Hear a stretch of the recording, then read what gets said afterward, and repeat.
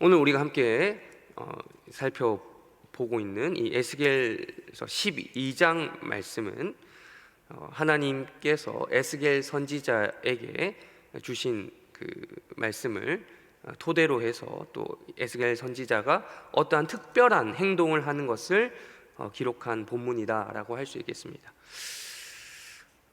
제가 예전에 예레미야 때도 잠깐 말씀드렸던 기억이 있는데 정확하진 않지만 말씀드렸던 것 같아요. 예레미야 선지자도 그렇고 에스겔 선지자도 그렇고 하나님께서 시키는 대로 하는 사람이 아무래도 선지자죠. 말하라고 하면 말하고 뭐 하라고 하면 하는 게 이제 선지자인데, 선지자들이 단순히 하나님 말씀만 받아서 전했던 건 아니고 어떤 행동을 지시하시면 그 행동도 따라서 해야 되는 이러한 역할을 했던 것이 선지자였습니다. 특별히 이제 에스겔서 오늘 12장 말씀에 보면 우리가 읽은 3절을 말씀 보시면 3절을 보시면 포로의 행장을 꾸리라 라고 이야기를 하고 계십니다. 그러니까 에스겔 선지자가 지금 처음 12장에 처음 했던 건 아니고요, 앞에 4장과 5장을 읽어보신 분들은 아시겠지만 거기서도 이미 어떤 일종의, 제가 이게 그렇게 표현한 적이 있었어요. 이제 행위 예술, 퍼포먼스라고 하죠. 뭐 홍대나 요즘에도 그런 게 있는지 모르겠어요. 홍대나 이런 데 가면 젊은이들이 막 어떤 이제 아티스트라고 하면서 뭐 어떤 행위 예술을 하는 것들을 볼 수 있죠. 그런 느낌으로 사람들이 많이 오가는 곳에서 이 에스겔 선지자가 그런 행동들을 하는 것을 우리가 이제 본문을 통해서 볼 수 있는 거예요. 이미 4장 5장에서도 하나님께서 시켰던 여러 가지 행동들이 있었습니다. 근데 12장에서 다시 한번 그런 행동을 시키는 겁니다. 그 중에 어떤 행동이냐, 바로 포로의 행장을 꾸리고 어떤 행동을 하라라는 거죠. 근데 여러분, 지금 우리가 여기서 이제 좀 잠깐 짚어두고 가야 될 또 배경이 있습니다. 지금 이 에스겔 선지자가 포로의 행장을 꾸리고 끌려가게 되는, 그러니까 지금 에스겔의 입장이 뭔지 여러분 좀 기억을 해야 됩니다. 여러분, 에스겔 선지자의 입장은 뭐예요? 선지자라고 하는 이 직업을 하나님이 주시긴 했지만 이 사람의 1차적인 신분이 뭐였을까요? 이 사람은 포로예요, 포로. 에스겔 1장에 보면 에스겔 선지자가 어디서 이 말씀을 받습니까? 그발강가. 그발강이 어디입니까? 그발강? 지금의 그 이스라엘 땅, 그 가나안 땅에서 있는 강이 아니죠. 먼 곳 타고 메소포타미아 지역, 즉 바벨론에 있는 강 이름이 그발강입니다. 그러니까 에스겔 선지자는 포로 중에 한 명이었어요. 이미 끌려갔던 여호야긴 시대에 끌려갔던, 뭐 흔히 말 1차 포로냐 2차 포로냐에 대해서는 뭐 학자들마다 의견이 좀 갈리지만 어쨌든 포로로 끌려갔던 사람 중에 한 명이었습니다. 그런데 거기서 또다시 포로의 행장을 꾸리고 있었다라는 거예요. 그러니까 이것이 보여주는, 이 장면을 보게 되는 사람들이 누구라는 겁니까? 같이 끌려간 포로들. 그러니까 지금 안 끌려간 사람들을 대상으로 한 게 아니에요. 이미 끌려가 있는 사람들에게 이러한 이런 행색을 내비추라라는 겁니다. 그러니까 이런 것들을 보는 사람들의 입장에서는 어떤 마음이 들까요? 어떤 생각이 들까요? 저는 두 가지라고 봅니다. 첫 번째, 이걸 보게 되면 일종의 PTSD, 요즘 전문적인 용어로 그런 정신과적인 표현을 하자면 PTSD, 그러니까 트라우마가 생각나는 거예요. 포로의 행장을 꾸리게 되면 이 사람들이 지금은 그래도 포로로 끌려와서 어느 정도 좀 마음의 안정을 찾게 되었겠지만 이걸 보는 순간 어떤 생각이 드냐면 우리가 그렇게 끌려왔던 것들이 기억나는 거예요. 여러분, 포로로 끌려가고 끌려오는 것이 쉽습니까? 기존에 살고 있던 고향에 대한 그리움도 그리움이지만 그리움은 이제 나중에 얘기고, 끌려올 때 얼마나 비참하게 끌려오겠습니까? 뭐 최소한 뭐 밧줄이나 뭐 이런 것들, 뭐 쇠고랑을 찬다든지 어쨌든 뭐 이런 식으로 막 끌려오지 않겠습니까? 제대로 못 쫓아온다고 막 학대당하고 밥도 제대로 못 먹고 겨우 이게 목숨을 부지할 만한 그런 음식물을 제공받으며 채찍질 맞으며 그렇게 끌려온 거 아니겠습니까? 포로들을 끌고 오는데 어떻게 뭐 차를, 뭐 그때는 차도 없었지만 뭐 말을 태우고 오게 한다고 그런 일들이 없었겠죠. 아주 비참한 몰골로 그 먼 거리를, 메소포타미아 지역, 그러니까 바벨론과 그 가나안 땅의 그 거리가 꽤나 되잖아요. 그 거리를 비참하게 끌려왔을 겁니다. 근데 이 행장을, 이 포로의 행장을 보는 순간 이 사람들은 당장에 대번에 그 심리적인 충격이 이루 말할 수 없었을 겁니다.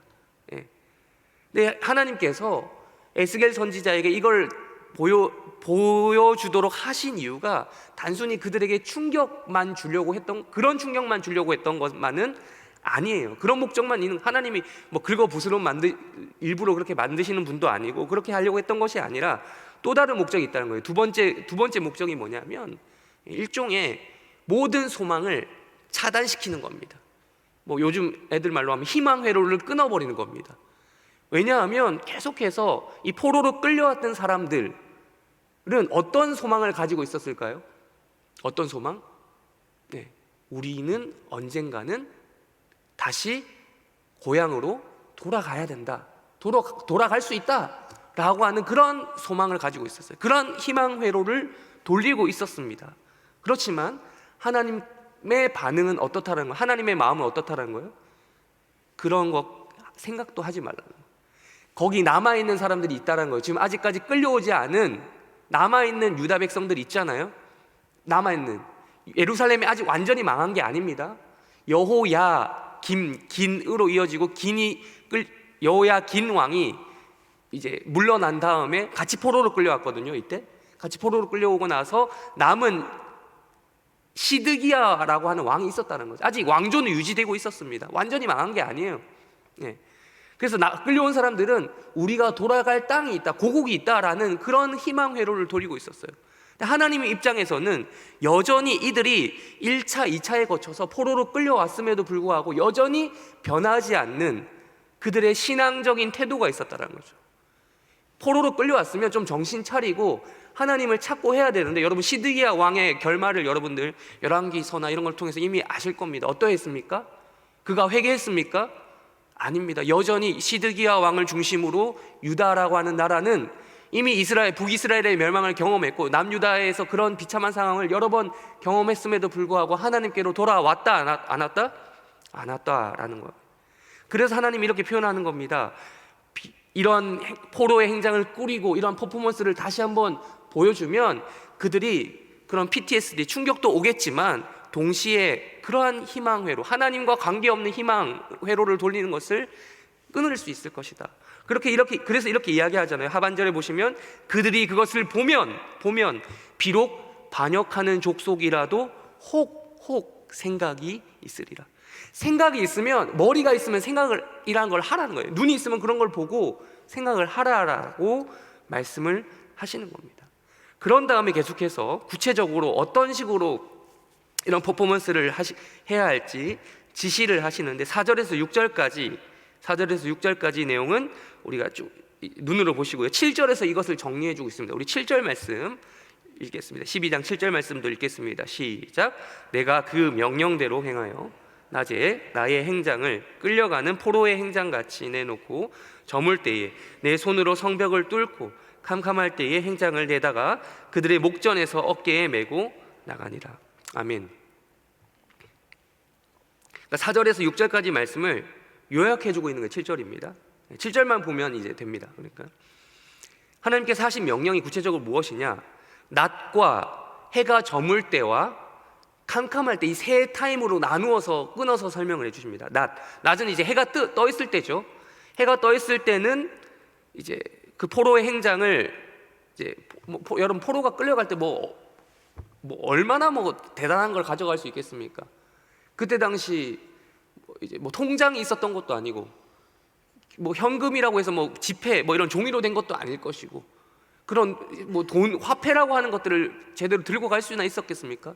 금, 은, 인간이 들고 갈 수 있어봤자 얼마나 들고 갈 수 있었겠어요? 무거운데.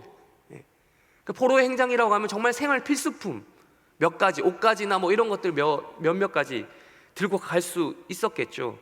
그런 포로의 행장을 낮에 해가 떠 있을 때는 그것을 일단 내놓고 해가 저물 때에는, 해가 이제 점점 저물 때에는 손으로 성벽을 뚫고, 근데 여기서 이제 성벽이라고 번역이 됐는데 이것은 뒷부분에 이제 성벽이라고 하는 부분이 나오기 때문에 이렇게 성벽으로 번역한 것 같아요. 근데 좀 더 구체적으로 보면 성벽이 아니라 집벽이라고 봐야 됩니다. 그냥 벽인데 성벽이라고 번역을 한 것인데 그냥 집벽이라고 봐야 돼요. 왜냐하면 이제 집벽을 일반적으로 뭘로 집을 지었을까요? 이때 당시 쉽게 뚫리는 뭐예요? 흙으로. 흙으로 지었기 때문에 우리 지금 지금 벽 생각하면 안 됩니다. 그때 벽은 쉽게 뚫을 수 있는 그런 벽이에요. 그러니까 그만큼 지금 이 상황이 급박하다라는 걸 표현해 준 거예요. 벽을 뚫고 갈 정도로 지금 급하다라는 걸 보여준 겁니다. 무너지는 걸 얘기하는 거죠. 성벽으로, 해가 저물 때는 손으로 성벽을 뚫고, 마지막 세 번째, 해가 지고 난 다음 캄캄해지면 어떻게 해야 하라는 겁니까? 내놓은 행장을 메고, 어깨에 메고 가라는 겁니다. 그리고 갈 때는 6절에 나온 이야기, 7절에는 안 나오지만 6절에 보시면 그 행장을 메고 나갈 때 어떠한 제스처를 취하면서 나가야 되는가? 얼굴을 가리고 땅을 보지 말고 그냥 가라라고, 앞만 보고 가라는 거예요.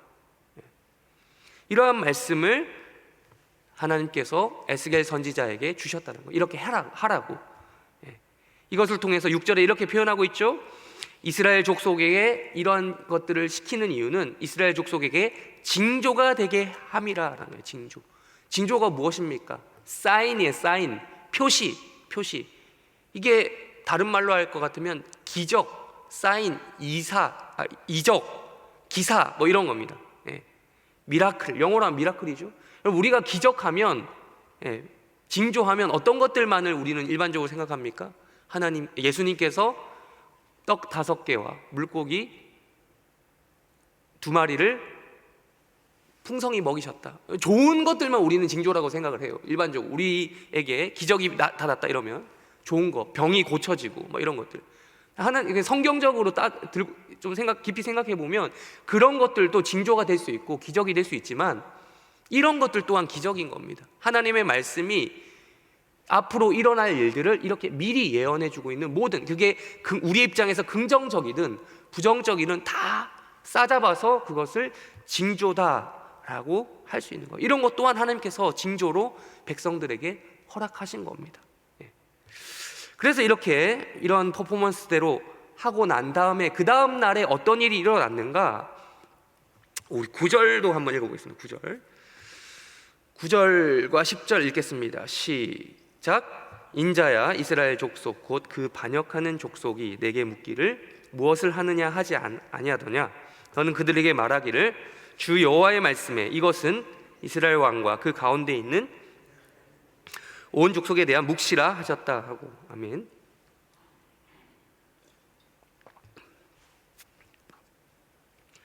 (8절) 읽지 않았지만 8절에 보시면 이튿날, 다음 날 하나님께서 다시 한번 에스겔에게 임하셔서 말씀하십니다. 야, 너가 그렇게 하니까 걔네들이 뭐라고 하든 반응이 어떠하디? 라고 이렇게 물어보시는 거죠. 그래서 에스겔 선지자가 이렇게 말합니다. 아니죠. 이제 10절에서 또 하나님께서 이렇게 말씀하십니다. 주 여호와의 말씀에 이것은 예루살렘 왕과, 그러니까 지금 이것을 포로 끌려온 사람들에게 보여줬지만 이건 누구에 대해 관한 것이라는 거예요? 지금 남아있는 걔네들, 예루살렘에 남아있는 그 예루살렘 왕 시드기야와 그 남아있는 무리들에 대한 묵시다. 그들 또한 어떻게 될 거라는 거예요? 포로로 끌려올 것이다. 남아있는 싸그리 싹싹 긁어서 데리고 올 것이다 라고 이야기하는 거예요. 11절 이렇게 이야기해요. 11절 읽겠습니다. 11절 9절 11절 읽겠습니다. 시작. 또 말하기를 나는 너희 징조라, 내가 행한 대로 그들도 포로로 사로잡혀 가리라. 자, 이것을 통해서 우리가 이야기, 남은 자들 싹싹 끌고 간다라는 거죠. 이것을 통해서 우리가 다시 한번 확인할 수 있는 것은 근거 없는 희망 회로를 돌리는 것은 하나님이 원하는 것이 아니다라는 거예요. 여러분, 우리가 이걸 보면서 제가 생각나는 게 이제 사도 바울의 표현이에요. 사도 바울. 우리가 소망이라고 하는 단어, 정말 소중한, 기독교인들이 가져야 될 소중한 단어예요. 소망, 뭐 사랑, 믿음, 뭐 이런 것도 다 좋은 건데 우리가 이것을 어떤 맥락에서 사용할 것인가가 중요하다는 거예요. 사도 바울이 어떻게 표현합니까? 사도 바울은 항상 소망을 얘기할 때, 믿음을 이야기할 때, 사랑을 얘기할 때 어떤 앞에 수식어를 붙입니까? 그리스도 안에서. 그리스도 안에서. 하나님 안에서 소망을 가져야지 그들 자신 나름대로의 소망을 가지는 건 하나님이 원하시는 바가 아니다라는 거예요. 여러분, 세상을 살다 보면요, 우리 기독교인들보다 더 낙관적인 사람들 있어요. 많이 있어요. 근데 그들의 낙관적인 생각은 어쩌면 의미가 없는 것입니다. 그냥 낙관적인 거예요. 아무런 대책 없이 그냥 낙관적인 성격이 그런 거지, 진짜 그들에게서 소망을 찾을 수 있습니까? 없습니까? 없는 거예요. 그런 낙관론적인 것에 빠져 있는 그들에게 정작 위기가 빠졌을 때 걷잡을 수 없이 그런 사람들은 무너지는 겁니다. 마찬가지로 우리가 희망 회로를 돌릴 수 있는데, 소망을 가질 수는 있는데, 이걸 어떤 상황에서 돌려야 되는 거예요? 가져야 되는 거예요?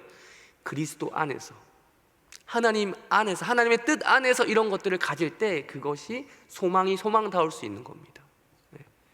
그래서 이 하나님이 이런 얘기 하시는 거죠. 그들 또한 그들이 가지고 있는 헛된 마음, 돌아갈 수 있다, 돌아갈 곳이 있다. 아니, 그들 또한 포로로 사로잡혀 올 것이다 라고 이야기하고 계시는 겁니다. 그래서 13절 눈으로 보시면 13절 그가 누구냐면, 13절의 중반부에 보면 그를 끌고 갈대아 땅 바벨론에 이르게, 그가 누구냐면 시드기야 왕을 얘기하는 거예요. 그 왕이 바벨론으로 끌려올 것이다. 그 땅을 보지 못하리라. 거기서 죽으려는 그 땅을 보지 못하리라. 여러분, 이게 뭘 예언해 주고 있는 겁니까? 여러분, 시드기야 왕의 최후가 어떤지 아시죠? 두 눈이 어떻게 돼요? 뽑히죠. 보지 못하잖아요. 그 이야기 하고 있는 거예요. 그리고 15절과 그래서 이어지는 15절과 16절 말씀 우리 다 같이 한번 읽었지만 다시 한번 읽겠습니다. 15절 먼저 읽겠습니다. 시작. 내가 그들을 이방인 가운데로 흩으며 여러 나라 가운데에 해친 후에야 내가 여호와인 줄 그들이 알리라. 이렇게 15절만요. 잠깐만요. 15절. 네. 내가 그들을 이방인 가운데로 흩으며. 네. 하나님께서 이런 식으로 그들을 흩어버린, 남아있는 그들까지도 싹싹 긁어서 다 흩어버린 후에야, 그렇게 버린 후에야 내가 여호와인 줄을 그들이 알게 될 것이다. 여러분, 하나님의 목적은 똑같습니다. 하나님의 목적은요, 이 구약 성경을 내도록 하나님이 하시는 건요 똑같아요. 그들이 율법을 잘 지키든 못 지키든 하나님의 목적은 일관됩니다. 하나님이 하나님인 줄, 여호와인 줄 알게 되는 것입니다. 꼭 이렇게 혼내야만 이럴 수 있다면 하나님 혼내시는 거예요. 아니, 하나님 혼내지 않더라도 그들이 알아서 여호와 하나님이 어떤 분인지 안다면 괜찮은 거예요. 그러면 안 혼내시는 거예요. 하나님의 목적은 일관됩니다. 그들이 여호와가 하나님인 줄을 알게 되는 것입니다. 16절 이렇게 다시 한번 16절 이어서 또 읽겠습니다. 시작. 그러나 내가 그중 몇 사람을 남겨 칼과 기근과 전염병에서 벗어나게 하여 그들이 이르는 이방인 가운데서 자기의 모든 가증한 일을 자백하게 하리니 내가 여호와인 줄을 그들이 알리라.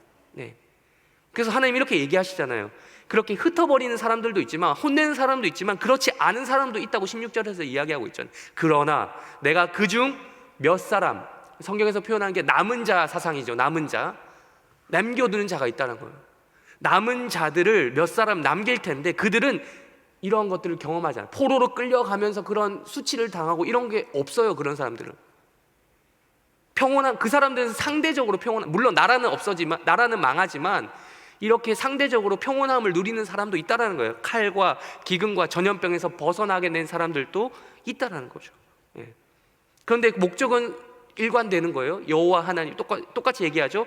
내가 여호와인 줄을 그들이 알게 된다는 점에서는 혼나는 사람이든 안 혼나는 사람이든 어떻게 해서든 그걸 알게 되고 깨닫게 되는 과정은 똑같다라고 이야기하시는 거예요. 그래서 이런 얘기를 하잖아요. 자기의 모든 가증한 일을 자백하게 하리라. 내가 했던, 여러분, 끌려가지 않은 사람이라고 해서 그들이 우상 숭배를 안 했던 사람일까요? 그들이 하나님 말씀을 잘 지켰던 사람이라서 남겨두신 걸까요? 아니에요. 그게 아니에요. 다 소위 일관되게 하나님을 떠났던 사람들이 유다 백성들이었습니다. 그런데 어쨌든 끌려간 사람이든 아니든 간에 그들이 이런 하나님의 일하심을 통해서 가증한 일들을 내가 했음을 자백하고 회개하게 되는 이런 일들이 일어나게 된다. 결론은 여호와 하나님이 하나님인 줄을 알게 될 것이다 라고 하는 결론을 에스겔 선지자를 통해서 하나님이 유다 백성들에게 말씀을 전하게 하셨던 것입니다. 우리 또 다른 날주 본문인 시편 51편 한번 보시겠습니다. 시편 51편 우리 1절 말씀 먼저 읽겠습니다.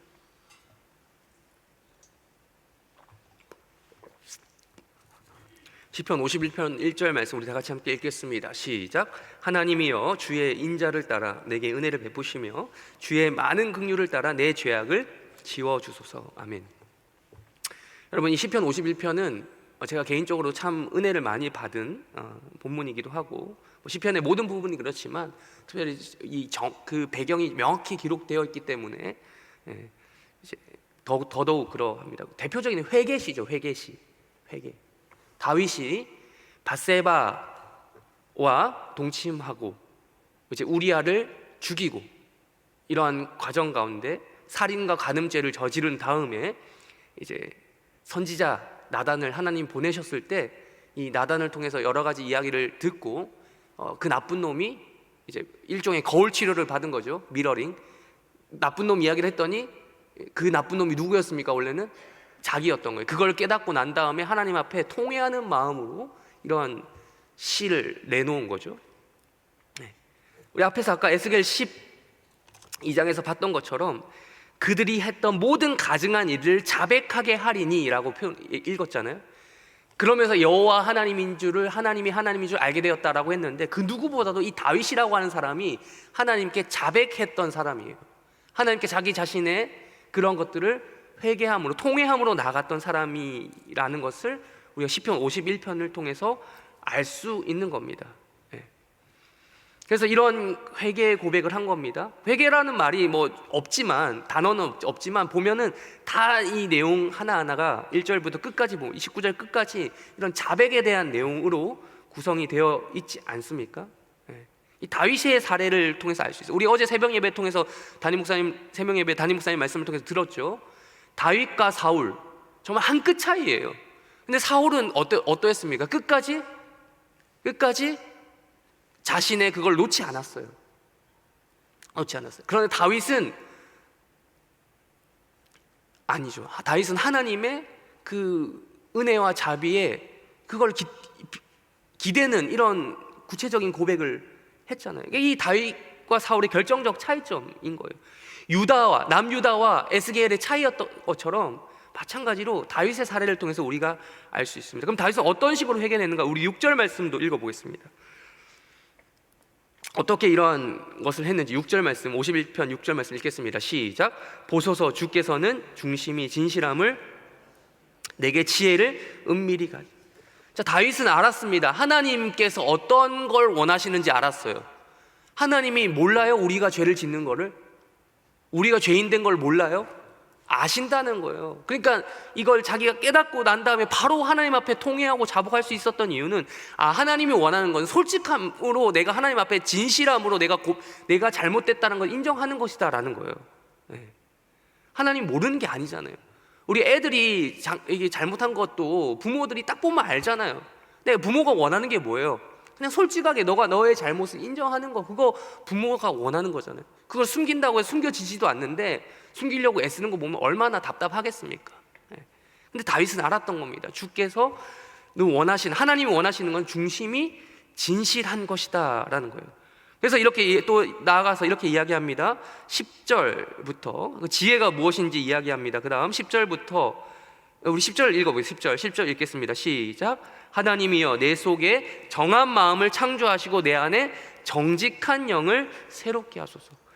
하나님께 이런 것들을 요청합니다. 나아가서, 그러니까 지금 잘못했다라는 것을 그치지 않아요. 잘못했다는 말 너무 많이 나오니까 제가 다 이야기하지 않는 것인데, 잘못했다, 회개합니다가, 회개가 그냥 내 잘못을 인정하는 것을 그치지 않고 적극적으로 요청하는 거예요. 기도합니다. 뭘 요청합니까? 하나님이여 내가 다시는 죄를 짓지 않을 수 있도록 내 속에 정한 마음을 뭐 해달라? 창조해달라. 창조가 뭐예요? 여러분, 없던 게 생기는 게 창조잖아요. 있는 것 가지고 만드는 건 창조가 아닙니다. 없던 걸 만들어 달라, 이 정도의 역사를 해달라고 요청하는 것이 이 다윗의 이 진실한 기도였던 거예요. 정한 마음, 정결한 마음, 깨끗한 마음을 창조해 주시고 내 안에 정직한 게 단순히 좀 윤리적으로 정직하다라고 표현이 될 수 있는데, 원어를 좀 더 살펴보면 여러분 성경 가운데 이제 이 각주가 달려있는 달려있는 분들도 있으실 겁니다. 견고한, 단단한, 이런 뜻이에요. 고든 그 마음, 다시는 흔들리지 않은, 제가 나를 죄의 유혹이 계속 있잖아요. 우리가 회개를 하더라도. 그러나 우리 가운데 흔들리지 않는 단단한 마음을 내 안에 달라고, 새롭게 해달라고 지금 이 이야기를 하고 있는 거예요. 왜 이런 얘기를 하는가? 우리 11절 또 읽겠습니다. 11절 읽겠습니다. 시작. 나를 주 앞에서 쫓아내지 마시며 주의 성령을 내게서 거두소서. 왜 이런 이야기를, 왜 이런 요청을 했습니까? 내가 하나님 앞에서 쫓겨난 것 같은 이런 마음이 들기 때문이에요. 여러분, 다윗이 가장 싫어했던 건요, 죄 자체도 무서운 거지만 이런 것을 통해서 하나님 앞에서 쫓겨난 것 같은 이 마음, 이 영적인 상태가 너무 힘들었던 겁니다. 그래서 심지어 주의 성령을 내게서 거두소서. 하나님과 동행하는 그 마음. 여러분, 우리 죄 지어봐서 다 알잖아요. 죄 지었을 때 우리가 가장 먼저 느껴지는 게 하나님과의 이 괴리감이에요. 알지 못할, 표현 못할 하나님과의 그 떨어진 그거, 익숙하지 않은 그 것,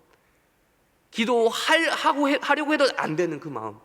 그래서 우리가 늘 기도하려고 할 때마다, 뭐 예배 드릴 때마다 회개 기도부터 해야 된단 말이 이거잖아요.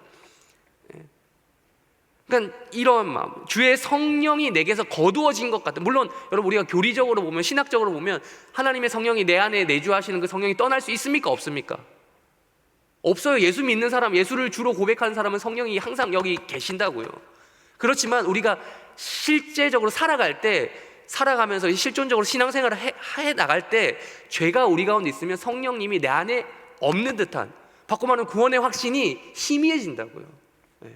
그런 의미에서 주의 성령을 내게서 거두지 말아 달라는 이런 기도를 하는 거예요. 주의 성령이 없어서가 아니라, 안 계셔서가 아니라 자신의 그 얼굴을 가리신다니까요. 그래서 이어지는 게 12절 말씀입니다. 우리 12절 말씀 읽겠습니다. 시작. 주의 구원의 즐거움을 내게 회복시켜 주시고 자원하는 심령을 주사 나를 붙드소서. 구원의 즐거움까지 이어지는 거예요. 아까 구원의 확신에 대해서 얘기했는데, 우리 웨스트민스터 신앙고백서 우리 담임 목사님을 통해서 자주 듣는 그 대목 중에 하나가 구원의 확신 파트입니다. 구원의 확신. 여러분, 구원의 확신이라는 것이, 확신이 바꿔 말하면 기쁨이 있다는 거예요. 여러분, 구원 받았다는 거 누가 몰라요? 여기 계신 분들 다 구원 받았다는 거 알잖아요. 그런데 이게 때로는 확신이 말 그대로 확신 있게 있고, 때로는 약해지는 게, 그래서 문제잖아요. 확신이 있다는 말을 바꿔 말하면 즐거움이 있다는 거예요. 우리 안에 구원의 즐거움이, 죄가 우리 안에 있으면, 충만하면, 죄가 내 마음을 차지하고 있으면 어때요? 구원의 즐거움이 생깁니까? 안 생깁니까? 이건 물과 기름 같은 거예요. 같이 양립할 수가 없는 것입니다. 구원의 즐거움이 있다면 우리 안에 있는 죄의 세력이 약해진 것이고, 구원의 즐거움이 없다면 반대로 말하면 내 안에 죄의 세력이 강해진 거예요. 구원의 즐거움을 내게 회복시켜 주시고, 성령이 내 안에 충만하시면 구원의 확신도 있는 것이고, 구원의 즐거움도 넘치겠죠. 그리고 나아가서 어떤 것까지 이야기합니까? 자원하는 심령을 주사라는 이야기까지. 이 자원하는 심령이 어디로 이어지는지 13절 마지막으로 우리 한번 읽어보겠습니다. 시작.